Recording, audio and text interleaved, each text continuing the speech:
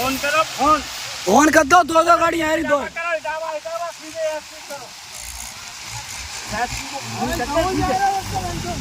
अरे फोन नहीं ऐसी करते सीधे।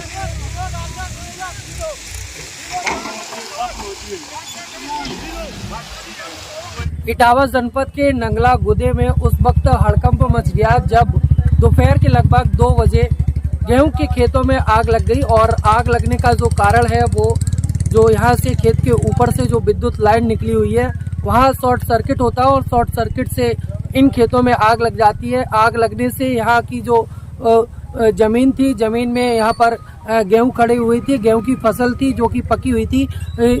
लगभग बताया जा रहा है 40 से 50 बीघा जो जमीन में गेहूं की फसल खड़ी हुई थी वो पूरी तरीके से जल करके राख हो चुकी है। और तमाम जो किसान हैं यहाँ के वो सभी यहाँ किसान मौजूद हैं, इनसे बातचीत करेंगे, जानेंगे किस तरीके से यहाँ पे हालात थे उस वक्त और कैसे आग पर काबू पाया गया। फिलहाल आप तस्वीरों में देखेंगे पूरी तरीके से दूर तक आपकी जो नज़र है यहाँ जाए अगर तो दूर तक आपको यहाँ पर यही दिखाई देगा, काला काला जो राख यहाँ पर पड़ी हुई है जमीन पे वो दिखाई पड़ रही है। क्या नाम है आपका? सुधीर कुमार। ये आग कैसे लगी और कब लगी और फिर कैसे काबू पाया गया? आग ये लाइट से लगी, करीब दोपहर में 12 बजे के बाद लगी।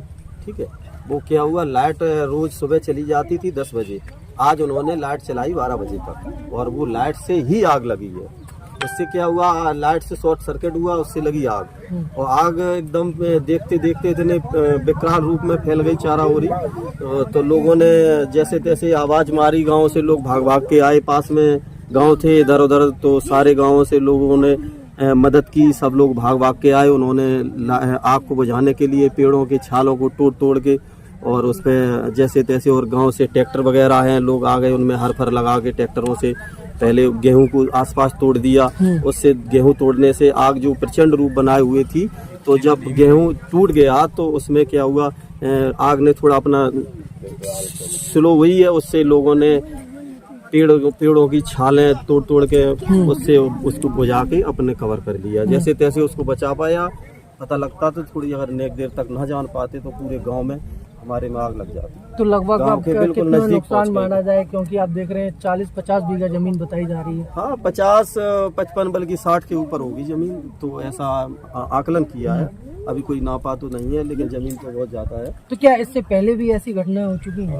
हाँ, इससे पहले शायद है आज 4-5 साल हो गई लगातार, जब से ये लाइन निकली है तब से बार बार ये 1-2 साल छूट जाए तो छूट जाए ना, हर साल यहीं पे आग लगती है और इन तारों की वजह से आग लगती है। तार इतने जर्जर हैं, जमीन से कम 8 या 10 फुट की ऊंचाई पे तार हैं। नहीं तो आप देख लो, उधर कैमरा घुमा के देख लो। तो क्या मांग है अब आप लोगों की, जिस तरह नुकसान लगातार हो रहा है, आग लग रही है? अगर इस तरीके से अगर ये चलता रहा, बिजली विभाग की लापरवाही चलती रही, तो शायद है हम लोगों का संशोधन नहीं हो सकता है। मेरा सबका विचार यही है कि इस लाइट को यहाँ खेतों से जो गुजरी है इसको यहाँ से खत्म कर दिया जाए और इसको रोड के सहारे ले लिया जाए। हारा की सब जगह रोड से हो गई तो हमारे गांव में लाइट जा सकती है। गांव तक रोड गया है तो उधर गांव तक लाइट भी पहुंच जाएगी और इससे हम लोगों का जमीन का जो नुकसान हो रहा है, जो जल जाती है, ऐसी समस्याएं आ जाती हैं। नीचे देख लो आप, घुमा के देख कितना। तो भाई एक किसान और हमारे साथ हैं, ये आपका खेत था, आप बता रहे हैं किस तरह आग लगी और कैसे काबू पाया? अब आप उस वक्त कहाँ थे जब आग लगी हुई थी?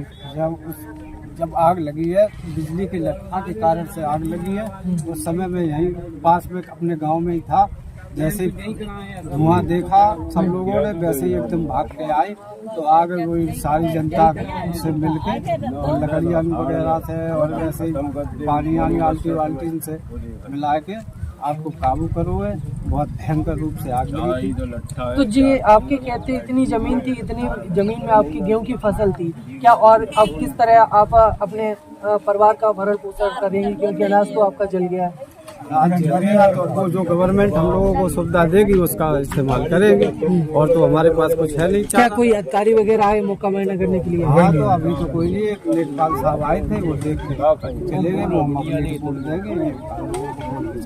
तो इससे पहले भी आग लगी थी, क्या उसका भी मुआवजा वगैरह मिला था?